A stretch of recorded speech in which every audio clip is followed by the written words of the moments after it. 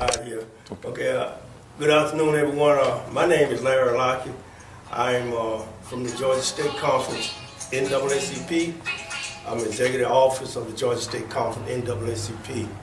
I represent, the Georgia State Conference. I was given permission to come down here, actually to, to hear some of the complaints I already had.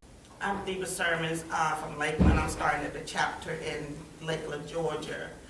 And if anyone here in Ray City wants to join that branch, they can. I know some of you all have already done it. And they're working on getting membership cards now, because there's some things kind of going on right now where anybody haven't received anything. And they are definitely working on that. We have a new president of the NAACP. So what are some of the things that's actually going on here in Ray City now that we're going to look into national and the central office. Matter of fact, we're working on it now, so this is why this meeting is here today. Anybody want to say exactly what was going on? Is Mr. Matthews here?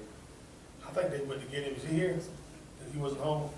He's supposed to be here. But I'll start. I'm Carl Campbell, former mayor of Ray City, and we got in contact with Ms. Sermons about some issues that we were having with the Ray City Police, Chief Miller and his officers. Not only the Ray City Police, but the city of Ray City as well, with regards to what we believe to be racial discrimination, racial profiling, and discriminatory actions that people of color and Caucasians as well. We have a good friend of ours here, the family have gone through a lot of things with the Ray City Police that were just not right, and things that are documented, things that I have read that the city has done that probably more than borders on activity that's very questionable. And I think that with some help from the NAACP, I think we could bring to light some of these things that have been going on here. Just to name a few, with regards to, for some reason they've been racial profiling or following people as they come into town. We know this by our own experience. So here it is. If I'm the former 5-time mayor of Ray City and candidate for governor of Georgia, experiencing this type of racial profiling, it's no telling how many other people who are coming through the city of Ray City who've experienced that in the past. If I'm not getting answers at City Hall, we've sent numerous open records requests, and those requests have been met with attempts to discourage requests by saying that if you get this request, I got one bill that said it was going to cost right at $500 to $800. If I got simple records that I requested, okay, so I said, well, versus getting a copy, I just want to come review them. Is that going? Well, if you review them, then you got to pay for the time that the person sits with you to review them, and we got to redact the records before you look at them. All these other things were told to me, and then when I threatened to tell the paper and the news, Channel 10, and they said, oh, well, no, it's not going to cost that much. We thought it was going to cost that much, but it's really not going to cost that much now. It'd be like $89. But then other people who have requested records from there, former council member, that have requested records, they didn't charge him anything. And I asked him, I talked with him, he said, no, he said, I got records, all the records I wanted, they didn't charge me anything. And so that's another point as to these guys doing one thing for one group of people and doing another thing for another group of people. Not only the following, but just the behavior of stopping black men and women and not being honest as to the number of people that they've stopped. We went around in our community when we noticed that there was an increase pulling people over in the community. We had never seen that before. And there were about 6 people that were pulled over in our community that we actually went around and spoke with those people with a council member that represents our area. We don't have posts in Ray City, but she lives in our area. So we went around just to verify how many people were stopped in our community and how many of those people were African American. There were 6 African Americans stopped. Well, when I got the open records request back, they said that there were 3 stopped. And so what they were doing, they were stopping people and not writing them tickets, but giving them a warning, but not writing the warning. So that way there would be no record as to how many people that they stopped. So there's been a lot of things going on, and just to make sure that they wouldn't try to say, well, we were going to a call here, we were going to a call there. I requested the records from the log from the Berrien County Sheriff's Department to make sure that if I'm going to a specific location, and every time I come to that location, whether I'm coming from Lakeland, Nashville, Ray City, Valdosta, I'm met by a Ray City police officer. So I wanted to make sure, is there that much crime going on in Berrien County? And not one single time matched up with the times that I was coming into town. So I made sure of that, so they wouldn't have an excuse by saying, well, we were going to this call here, we just happened to see Mr. Cameron here, and this is what happened. There were not one time that matched up with me coming into town. And some people might say, well, that's just a coincidence. It probably means nothing. But I have several of those incidents on video to where I'm coming into town, and I'll speak before I turn my camera on and say, okay, I'm coming in. This is the date, and this is the time coming into Ray City. Sure enough, when I get right up, there they come. I can be coming in from Nashville. Here we go. This is a certain day and time. They show up. And we have that on video. I showed Mr. Boston several of those videos as well. The last video before the officer resigned that we recorded, we were coming in from church on Highway 37 coming into Ray City. As soon as we enter into the Ray City city limits, we noticed a Ray City police officer pull right in front of us and do a U-turn and park on the side of the road. So there was a road coming in after we come into Ray City, I think it was Project Street. I said, well, I'm not going to give him the satisfaction of following me today. So I made a right turn right behind where he was parked. So go all the way down the end of Project Street, make a left on Jones Street, come back up, I think it was Fountain Street, I believe it is, on the other side of Project Street. Come back up. By the time I go down here, just probably 30 seconds, and come back up, he's gone. So I know he's not pulling over to catch speeders. He was meeting me here. So we ride around to the house, and I said, now watch him. I told my family in the car, I said, watch him come around that corner. Right by my house. I said, watch. So I turned the camera on. I said, stop. Got the camera together. I said, okay, now pull around the corner. I said, watch him be there. Sure enough, I pull around the corner, he's right there, and he makes a gesture, he turns around and does like, yeah, I got you. You went behind me. That was why I caught that on camera.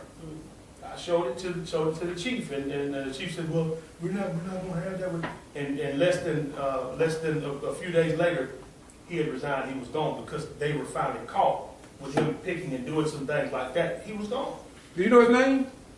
The cop, same officer. Yeah, same officer. And from what we understand, we can't confirm or haven't confirmed yet, is that he left Ray City and that he's now working in Valdosta. So he's either with the county police sheriff's department or with the Valdosta police. But that's just some of the few of the many stories. And there are a whole lot of times that I didn't capture it on video that I really didn't know until I saw that pattern. And I wish I had all of those, and you would just see it every day coming in. But just the attitude, and when you go to city council meeting, it's like nobody's willing to listen. I brought this up to the mayor, brought it up to the city council members, and they just act like they really don't, are not concerned about these complaints. And I also want to share one more thing before someone else may want to talk. This is very important. This happened in council meeting and was covered by Channel 10 News. where they were talking about two young men who alleged said something to the police or yelled obscenities or whatever they said that they said, and a council member that was sitting there in the council meeting, a sitting council member says, "You should have shot him. If it was me, I would have shot him." And that's exactly what he said. And they said, well, and the crowd in the city hall was outraged. Everybody was like, "You said that? Did you say that?" Yeah. They said, "You need to apologize." He didn't apologize at that particular time. So he meant what he said. I meant what I said. And then they said, "Why would you say that?" He said, "You don't think like me." And so those are just a few of the many things that I've noticed personally. And I've tried to make a complaint on every single thing that they've done, and those complaints should be at City Hall. And I think we do have several of them here tonight. And a lot of times, as for the complaints, I'm on the city council, and we never hear about the complaints. And then I would tell the people, bring the complaints to me. If you bring a copy to City Hall, make sure you bring me a copy, and then I will bring them up in the council. So. Excuse me, what's your name? Mary Millay. And you're on council? Yes, I am. Okay. But generally speaking, one of our complaints is, the law enforcers, they ice us for stuff that are against the law. And one of our beliefs is icing, it shall be given. So if they ice us to break the law, shouldn't they be incriminated too? Because that's just one of the things is law enforcers icing us to do wrong and against the law. And that's one of the younger, especially the younger Christians, that's one of our problems.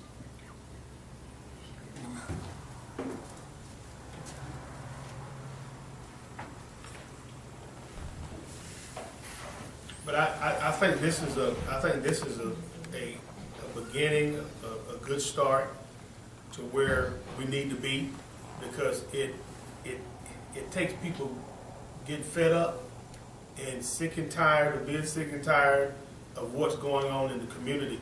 And I want to make sure that I reiterate this. Nobody is defending wrong. Nobody is defending people who are doing wrong for the wrong that they're doing.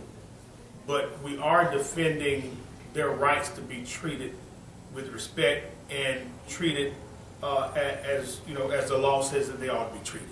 And I think that's the issue that we're facing here today. There may be some issues that the Ray City Police Department is dealing with. That's fine. They're charged with upholding the law, but they're also charged with being lawful themselves. And I think in the process of them trying to do their job, when they can't find the information that they're trying to find, then I believe that they resort to other means to get that information. And I think that some of the things and some of the times that they resort to those other means are bordering and sometimes crossing the line of the law. And it appears to me, from what I can ascertain, is that if they're found doing something wrong, and I believe we have enough complaints that can confirm that, it seems to me that they're creating other things to cover up for the wrong that they've done. And this has been an ongoing thing, especially the last couple of weeks, especially after the News Center 10 covered the story. It appears that one thing that happens, they'll go create another thing, and they'll create another thing just to try to support what they're trying to do. And it's obvious that they're doing this. It's not anything that they're just, okay, well, it's a coincidence. It's obvious that they're doing some things just to either cover up some of the wrong things that they've done, or to try and make their case stronger with some of the wrong things that they've done. And let me ask you a question, and because I was listening to you earlier, and you mentioned that when you say to make it, to justify what they're doing, have that ever involved, you said it involved outside agencies? From time to time, I do believe that some of these outside agencies, they don't know that they're being drawn into what the Ray City Police is doing. So from time to time, I believe that there are agencies that come in to assist based on what the Ray City Police tell them. And a lot of times they don't know what's going on. They don't know the underlying issues, of the case before they come. It's not like, and a lot of times it's planned. The Ray City Police knows exactly what they're doing. They understand exactly what they're doing, but they make it seem to some of those outside agencies that, this is the emergency. I need your help. Can you be here at this time? This is what we're going to do. But they already have it planned what they're going to do, but the outside agency doesn't. And what we mean by outside agency could be the county sheriff's department, it could be the Georgia State Patrol, or whoever they may be. And it's a dangerous situation to have officers come in that don't know why they're here. And you see it on the faces of a lot of them when they leave and there's nothing to what the police said that there was. They're like, in other words, why did we come? There's really nothing here. I think another reason that they call them is to try to corroborate what they're doing, just to try to add some meat on the bone, if you will, to say, well, it's not just us, but we got another officer here. But half the time, the officer doesn't know what's going on. But if they're called to court, they'll testify. Oh yeah, they called me about this and about that, just to build that story. Okay. But they know exactly what they're doing. Oh, and what's your name again? What's your name again? Your name? My name? Yeah. Carl Campbell. And you said you was a former mayor here? 5 times. And what would make you speak out like this now? It seems as if though there's no ethics in government. I know you're not in that office, but why would you come out and speak against the position and the city that you once represented? Why would you do that to them? And that's an unfortunate thing to have to be brought to the point to do that. But what's right is right. And anytime you see an injustice that's happening to people in the community, a part of you still wants to represent the people in the community. And when you see an injustice happening, that part of you had gone away. You may not be in the seat, but you're still there with regards to trying to help citizens. Thank you.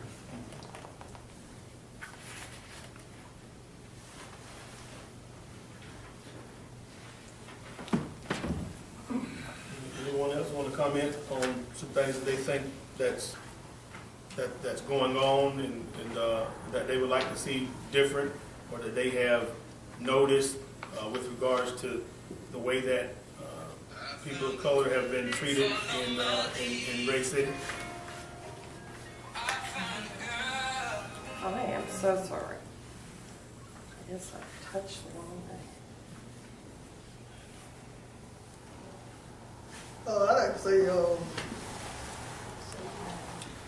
well, my name is Lewis Cameron, and I never really get involved in anything because, especially like different rights and all like that. I just believe what's fair.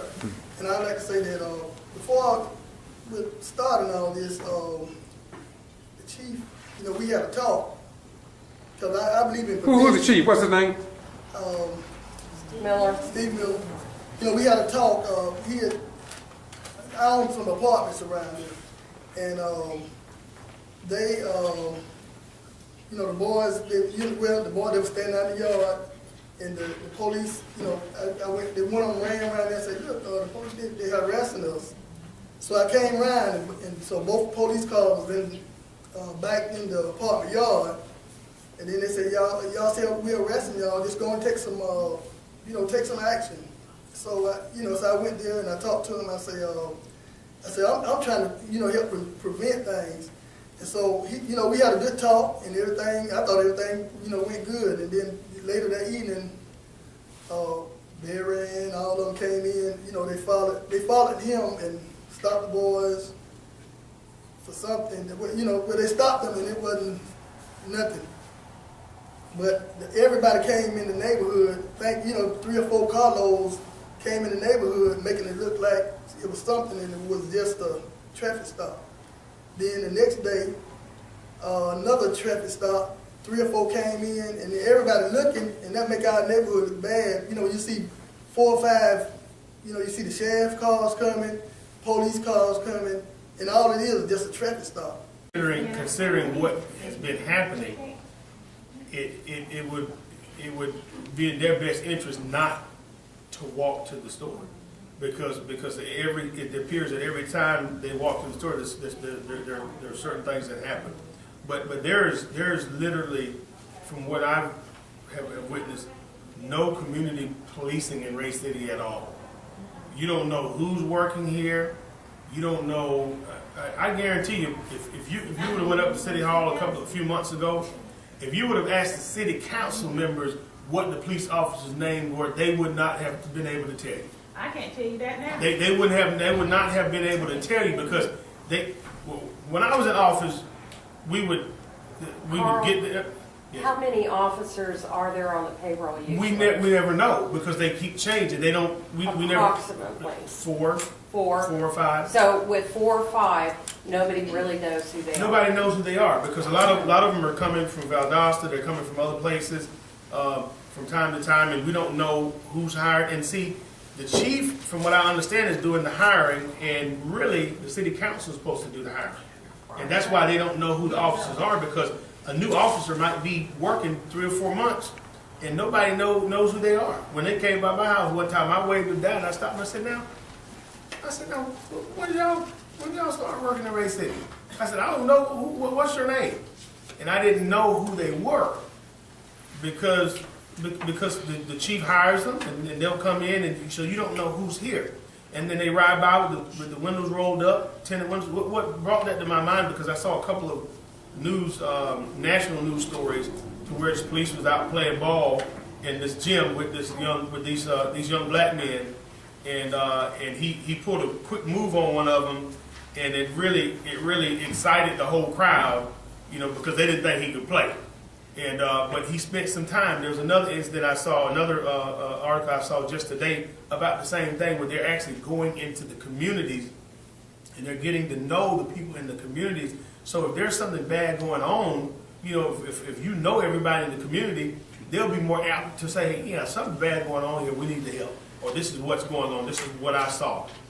Let me ask you a question now. You mentioned the fact that, I ain't gonna say the fact, but you said something about city council, not even city council know who they're hiring. No. Wait. Number one, city council don't know who is hired. And number two, is it something in the charter that states how they would be hired, at least approved by the council or anything like that? So are they following at being a form ed? Are they following the charter? From what I've heard the council members say at council meeting, they didn't know who the police were. So from what they said, that's a fact. They didn't know that. That's what I heard. Okay. And so, but to answer your question with regards to the charter, there is a process that you have to go through where it's approved by the mayor and the city council. To my knowledge, they hadn't followed that process. Thank you.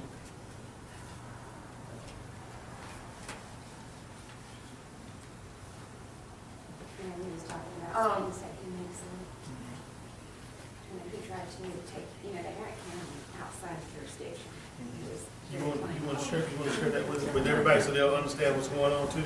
When my son was arrested, he was arrested outside of Ray City's jurisdiction, and Miller wanted his truck. Well, he couldn't get his truck, so in the paperwork, he went back and said that he changed the address to the City Hall address and said that he conducted the search there, a thorough search there, and that is where he found the drugs. But remember, everything is stated in all of the police that was out there, how everything, where everything was found, except when he was stripped. That wasn't mentioned, and it wasn't caught on tape, but there was a Barron County officer that seen it, and 2 Ray City that seen it. But he will go back and he will change it, and I've got it. It's in the papers. Just whatever he can do. And I think once we pull all of this information together, we'll start to see a pattern. What she's talking about, her son was arrested outside of Ray City, and the judge consequently, make a long story short, dismissed the case. It was thrown out. It was thrown out. The case was thrown out because they had signed affidavits stating that property was in the city. I read it, so I understand what I'm saying. They showed up to his court date saying that Ray City owned New Ramey Cemetery. The mayor showed up to his court, the city clerk, the assistant city clerk, a councilman, And then from another councilman, they had a signed affidavit, and all of them showed up saying that they owned New Ramey Cemetery. But there's nowhere in any records where it was ever deeded to Ray City. Ray City's never paid taxes. Everybody knows the city of Ray City does not own New Ramey Cemetery. So, but then again, my son is banned from Ray City. He can go to Nashville, Adel, Lanier, but he is banned from our home. Based on an erroneous or incorrect? Well, here again, Steve Miller, after he was arrested and got off of those charges, and he received text messages, and it was from the informant, and the DA's got all of this. Well, he went to eat with some friends at Huddle House in Nashville, and he was at the table with 3 adults and 3 children, and Chris Kenworthy come in and said, he walked in the Huddle House and said, "Can I talk to you outside?" And my son walked outside with him, and a lady was right behind him and heard the whole conversation from start to finish. Well, Chris Kenworthy called Steve Miller. Steve Miller called Richard Barnes. They did a terroristic threats warrant and witness influence charges. So that was on September 17th of 2017. And anyway, he was banned from Ray City. Those charges are still pending, witness influence and terroristic threats. Chris Kenworthy, of course, we've got statements, and he had three people with him and 3 unbiased witnesses that seen everything. They just didn't know what they were seeing. But we've got statements that, everything lines up. But to what I understand is if you file terroristic threats, you have to have a witness. Well, when he filed this, he did not have a witness. It was just him that filed it, and they still issued the warrant. So that's where we're at with those charges pending. So from what we're finding out, this is what we call a systemic problem. This is just happening all across the board, and predominantly with people of color, but not limited to people of color. So this is just the way that they operate, and if nothing's done about it, it's going to continue. And we feel like it's going to be worse. It's going to get worse if we don't do something, because we feel that escalation. Carl, The day they pulled me over, I've even told my daughter not to stop for them, to call 911 and tell them she's not running from them, but she's not going to stop for the Ray City Police, because I've seen what they've done. In fact, one of your articles happened well, that's the applicant. in my driveway, and Wow.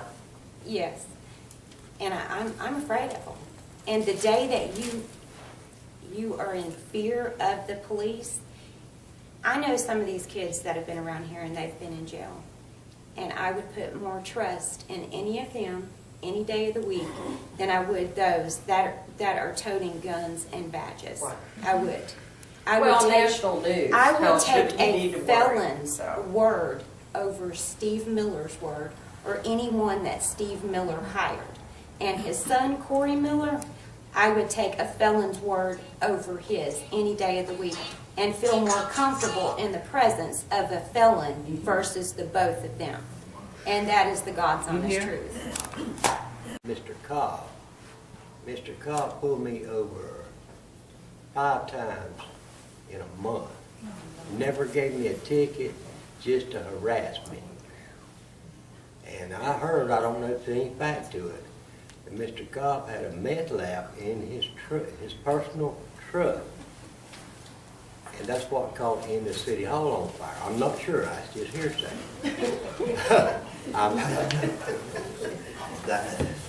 You can hear anything, Ray.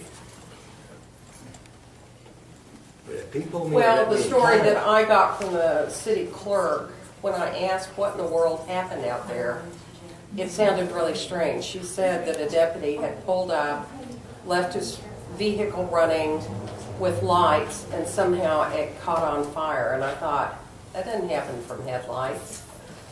I mean, Well, you know, I'm not. Well, she pulled up to the dog store, and I pulled up side of her, got out, and was walking around looking at it. This officer was over at the old hardware store. All of a sudden, I see him leave. He whipped over and pulled him behind. His wife that was there that said, there wasn't nobody there but him, myself, and his wife. But, yeah, they got me charged with aggravated assault behind that guy. I've done nothing. I mean, I did, I got the piss beat out of him, but I just don't think it. This is the Get To Free Press, and we report what others ignore. This is your First Amendment right to know without whiteouts from a controlled news media whiteout network. And we are located in Valdosta, Georgia, and we are here to inform, educate, and persuade if necessary. Always keep that in mind. Moreover, I want to say to you that as a community, state, nation, and world, we are not who we claim to be, but who we prove ourselves to be over a given period of time. And if we are a liar, time will tell. And if we are racist or hater, time will tell. And our righteous and holy God already know. So you are only fooling yourselves. Again, the Ghetto Free Press. I'm George Foster Ryan.